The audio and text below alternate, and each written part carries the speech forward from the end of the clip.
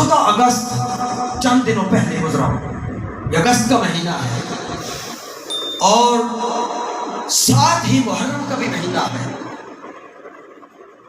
دنیا کی یاد رکھیے، ہر نعمت ملی بھی صدقہ مصطفیٰ اور آل مصطفیٰ ہے۔ دنیا کی ہر نعمت مل کر بٹی بھی صدقہ مصطفیٰ اور صدقہ اولاد مصطفیٰ ہے، اور دنیا کی ہر نعمت بٹ کر بچی بھی صدقہ مصطفیٰ اور صدقہ اولاد مصطفیٰ ہے۔ آج اللہ کی نعمتوں کا ہم ذکر کر رہے ہیں۔ میرا موضوع کیا ہے؟ اللہ کی نعمتیں۔ اللہ کیا کہتا ہے؟ میری نعمتوں کا ذکر کرو۔ کیا اللہ فرماتا ہے؟ فَاذْكُرُوا آلَاءَ اللَّهِ لَعَلَّكُمْ تُفْلِحُونَ۔ لوگو میری نعمتوں کا ذکر کرو اور میری نعمتوں کا شمار کرو تاکہ تم فلاح پا جاؤ۔ تو پاکستان ایمان سے بتائیے، نعمت اللہ کی ہے کہ نہیں ہے؟ ایمان سے بولیے، پاکستان اللہ کی نعمت ہے کہ نہیں ہے؟ اس سے بڑھ کر اس کی مثال میں کیا دوں کہ اس کو بنانے والا محمد تھا اور دوسرا علی تھا۔ اس کو بنانے والے کون تھے؟ محمد اور علی، اور ساتھ دینے والی کون تھی؟ فاطمہ۔ بولیے سلام اللہ علیہ، سارے بولیے۔ پاکستان کس نے بنایا؟ محمد اور علی نے۔ ساتھ کس نے دیا؟ فاطمہ نے دیا۔ یہ دوستوں نعمت ملی بھی صدقہ نام مصطفیٰ ہے اور صدقہ نام اولاد مصطفیٰ ہے، مل کر بٹی بھی صدقہ مصطفیٰ ہے اور صدقہ اولاد مصطفیٰ ہے، اور آج بچی بھی صدقہ مصطفیٰ اور صدقہ اولاد مصطفیٰ۔ اس کی میں ایک مثال دوں گا، صرف ایک مثال۔ جب 65 کی جنگ ہوئی، ایمان سے بتائیے جو لوگ جانتے ہیں، کیا ہم جنگ جیت رہے تھے یا ہار رہے تھے؟ ہم جنگ ہار رہے تھے۔ جنگ ہم کیا؟ بولیے میرے ساتھ بولیے، ہم جنگ ہار رہے تھے۔ اللہ نے پاکستان کا مطلب کیا؟ لا الہ الا اللہ، الا اللہ کے نام پر بننے والی ریاست، اس کی حفاظت کا ذمہ خود رب نے اپنے ذمہ لے لیا۔ اور ایک بات آپ نے یاد رکھنی ہے، انسان کے 2 رشتے ہیں۔ کتنے رشتے ہیں؟ 2۔ پہلا رشتہ انسان کا انسان کے ساتھ ہے۔ کس کے ساتھ ہے؟ انسان کا انسان کے ساتھ ہے۔ اور دوسرا رشتہ انسان کا رب کے ساتھ ہے۔ انسان جب دنیا میں آیا تو پہلا رشتہ کس کا تھا؟ حضرت حوا کا۔ کس کا رشتہ تھا؟ حضرت حوا کا۔ مجھے لگتا ہے تقریر میری تھوڑی سی مشکل ہو رہی ہے۔ پہلا رشتہ حضرت حوا کے ساتھ تھا، یہ انسان کا انسان کے ساتھ رشتہ تھا، اور یہ رشتہ جب اپنے نقطہ کمال کو پہنچانا، حضرت آدم علیہ السلام نے ہاتھ لگانا چاہا، چھونا چاہا، اللہ نے جبریل کو بھیجا، جبریل فوراً جا کر آدم سے کہا خبردار اس کو ہاتھ نہیں لگانا۔ مولا کیوں؟ فرمایا یہ تیرے اوپر حرام ہے۔ کیوں؟ فرمایا حق مہر ادا کر۔ کیا فرمایا؟ حق مہر ادا کر۔ مولا ابھی دنیا میں آیا نہیں ہوں، نہ کوئی فیکٹری ہے، نہ کارخانہ ہے، نہ زراعت ہے، نہ کھیتی باڑی ہے، نہ نیک پاک کمائی ہے، حق مہر کیسے ادا کرے؟ انسان کے ساتھ رشتے کی ابتدا ہو رہی ہے۔ میں رب کی نعمت کی طرف آ رہا ہوں۔ انسان کے رشتے کے ساتھ ابتدا ہو رہی ہے۔ مولا حق مہر دینے کے لیے نہ مال ہے، نہ دولت ہے، نہ گھر ہے، نہ کاروبار ہے۔ اب تو کہتا ہے حق مہر ادا کر۔ حق مہر کیا دوں؟ فرمایا میرے آدم تو حوا کا حق مہر ادا کرنا چاہتا ہے، 10 بار میرے محمد پر، میرے محمد کی اولاد پر درود پڑھ تیرا حق مہر ادا ہو جائے گا۔ نعرہ تکبیر، نعرہ رسالت، نعرہ حیدری۔ 10 بار مصطفیٰ اور اولاد مصطفیٰ پر درود پڑھ۔ آدم نے درود پڑھا۔ درود کس پہ پڑھا جاتا ہے؟ جو پہلے موجود ہو۔ مصطفیٰ اور اولاد مصطفیٰ وجود آدم سے بھی پہلے موجود تھے۔ تو انسان کا انسان کے ساتھ جب رشتہ بنا تو اس کی ابتدا جو ہوئی وہ صدقہ مصطفیٰ اور صدقہ اولاد مصطفیٰ۔ اور دوسرا رشتہ جو ہے انسان کا رب کے ساتھ ہے۔ دوسرا رشتہ کس کے ساتھ ہے؟ اللہ کے ساتھ بندے کا رشتہ۔ مولا اب تیرے ساتھ ہم رشتہ جوڑنا چاہتے ہیں، طریقہ بتاؤ۔ اللہ نے فرمایا بندے اگر تو میرے ساتھ رشتہ جوڑنا چاہتا ہے، میرے ساتھ تعلق جوڑنا چاہتا ہے، میرے ساتھ تعلق استوار کرنا چاہتا ہے تو میری بندگی میں آ جاؤ۔ مولا تیری بندگی کیا ہے؟ کمال بندگی اللہ نے فرمایا نماز ہے۔ نماز وہ رشتہ ہے جو بندے کو رب سے ملا دیتی ہے۔ پہلا رشتہ کیا تھا بندے کا؟ بندے کے ساتھ۔ دوسرا رشتہ بندے کا رب کے ساتھ۔ جب بندے کا بندے کے ساتھ رشتہ ہوا تو وسیلہ مصطفیٰ اور اولاد مصطفیٰ ہوا۔ مولا اب دوسرا رشتہ جڑنے جا رہا ہے، تیرے ساتھ ہمارا تعلق بننے جا رہا ہے۔ پہلے رشتے کی ابتدا تو نے صدقہ مصطفیٰ کی اور صدقہ اولاد مصطفیٰ کی، اب اس رشتے کا بندھن کیسے جوڑیں؟ فرمایا بندے جب تو میری بارگاہ میں قیام کرے گا تیرا میرے ساتھ تعلق بنے گا، جب رکوع کرے گا تعلق بنے گا، جب سجود کرے گا تعلق بنے گا۔ فرمایا اب سارے تعلق قائم ہو گئے، اب تیرا تعلق رب کے ساتھ جڑنے لگا ہے۔ مولا پھر کیسے جڑے گا؟ فرمایا اتنے تک جس طرح آدم کا تعلق حوا سے اس وقت تک نہیں جڑا تھا جب تک اس نے مصطفیٰ اور آل مصطفیٰ پر درود نہ پڑھا تھا۔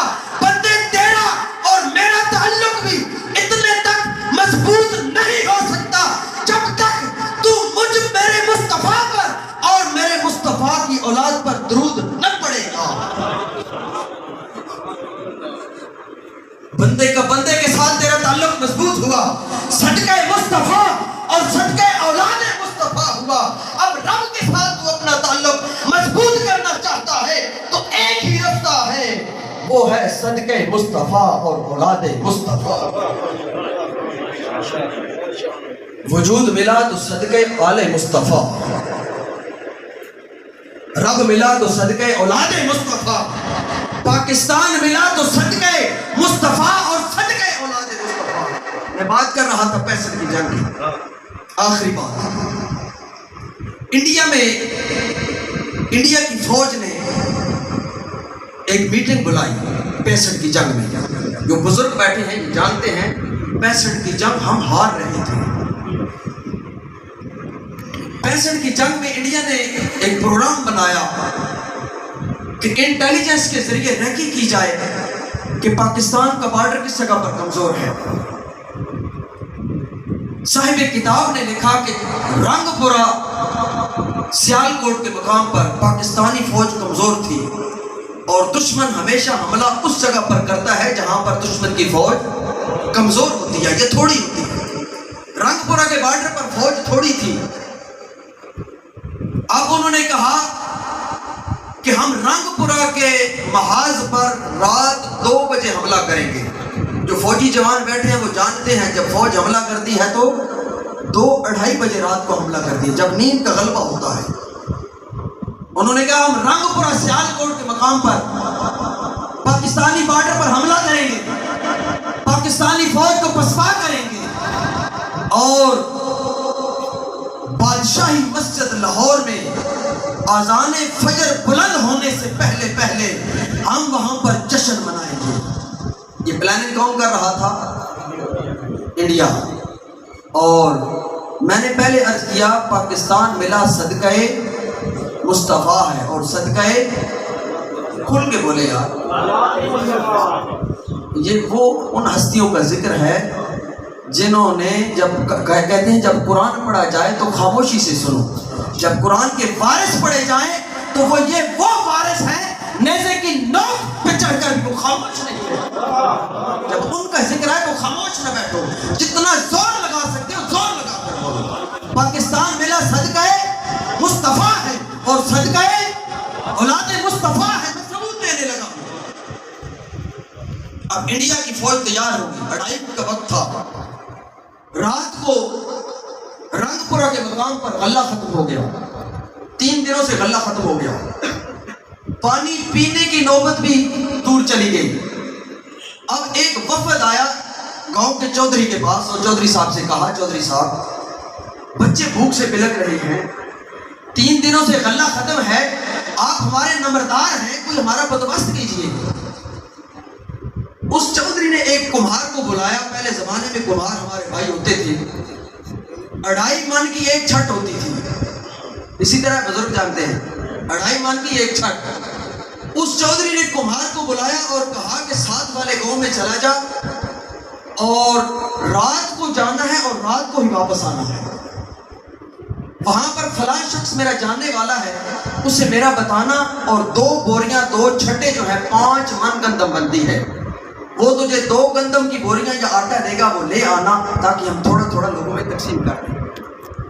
اب کمہار یہاں سے چلا دوسرے پوپیل کی طرف، ادھر انڈیا کا پلان تھا کہ ہم رات کو 2 بجے حملہ کریں گے اور 4 بجے ہم لاہور پہنچیں گے، بادشاہی مسجد سے اذان بند کرائیں گے۔ وہ کمہار کہتا ہے میں ساتھ والے گاؤں میں گیا، 2 بوریاں لی، اپنے خچر پر لا دی، کہتا ہے جب میں رنگ پورہ کے قریب پہنچنے والا تھا ایک بجلی کڑکی، ایک بجلی نمودار ہوئی، کہتا ہے بجلی کڑکتی ہوئی میرے پاس سے گزری، میرا خچر بدک گیا، دونوں چھٹے زمین پر گر گئی، کہتا ہے جنگ کا ماحول تھا، لائٹیں بند ہیں، اندھیرا ہے، روشنی نہیں ہے، کہتا میں نے کہا پہلے بھوک سے مر رہے ہیں اب دشمن مارے گا، کہتا میں پریشانی کے عالم میں تھا کہ چند ہی لمحوں کے بعد خچر ادھر کھڑا ہے، بوریاں ادھر پڑی ہیں، اسی طرف سے ایک اور بجلی کڑکی، جب بجلی نمودار ہوئی، بجلی کڑکتی ہوئی میرے پاس سے گزری، کہتا ہے میں اور ڈر گیا۔ کیا کہتا ہے؟ میں اور ڈر گیا، کہتا پریشانی کے عالم میں نے کہا جو بھی آیا ہے اب دوبارہ آئے گا، کہتا ہے میں اسی رستے میں ہاتھ اس طرح میں نے کھڑے کیے اور رستے میں کھڑا ہو گیا، کہتا ہے تھوڑی ہی دیر گزری ایک اور روشنی نمودار ہوئی، میں اس کے سامنے گیا، میں نے کیا دیکھا؟ ایک گھوڑ سوار ہے، گھوڑے پہ سوار ہے، تلوار ہاتھ میں ہے، میں آگے آ گیا، میں نے کہا جانے والے جو بھی ہے تجھے اللہ کی عزت کا واسطہ، بچے بھوک سے بلک رہے ہیں، خواتین بھوک سے مر رہی ہیں، ملک پاکستان پر مشکل وقت ہے، تجھے اللہ کی عزت کا واسطہ یہ میری دونوں بوریاں اٹھا کے مجھے خطر پر لدوا دے۔ کہتے ہیں جب میں نے یہ کہی، میں نے اللہ کا واسطہ دیا، اس گھوڑ سوار نے نقاب کیا ہوا تھا، کہتا اس نے تلوار نکالی اور تلوار کی نوک سے دونوں بوریاں اٹھائیں اور میرے خچر پر رکھ۔ پاکستان ملا صدقہ، آخری بات کرو، پاکستان ملا صدقہ مصطفیٰ ہے اور پاکستان ملا صدقہ اولاد مصطفیٰ ہے، پاکستان بچا بھی صدقہ مصطفیٰ ہے، پاکستان بچا بھی صدقہ اولاد مصطفیٰ ہے۔ وہ کمہار کہتا ہے میں خچر بھول گیا، میں نے کہا میں ساری زندگی ہوگی بوریاں اٹھاتے اٹھاتے 2 بوریاں نہیں اٹھا سکا، یہ ایک شخص ہے گھوڑے پہ بیٹھا ہے، گھوڑے سے تلوار نیچے کی ہے، تلوار کی نوک سے دونوں چھٹے خچر پر رکھ دیے، کہتے ہیں میں خچر بھول گیا، بھوک بھول گیا، جنگ بھول گیا، بوریاں بھول گیا، کہتا ہے میں نے اسے پکڑ لیا، میں نے کہا آنے والے بتا تو صحیح تو کون ہے، اس نے کہا رستے سے ہٹ جا، ملک پاکستان پر مشکل وقت ہے، میں نے کہا مر جاؤں گا لیکن یہ پوچھے بغیر نہیں جانے دوں گا، تو کون ہے؟ مجھے لگتا ہے تو کوئی عام نہیں ہے، تو کوئی عام نہیں ہے، اور میں نے کہا یہ بھی بتاتا جا جو تیرے سے پہلے گیا وہ کون تھا، جو اس سے بعد گیا وہ کون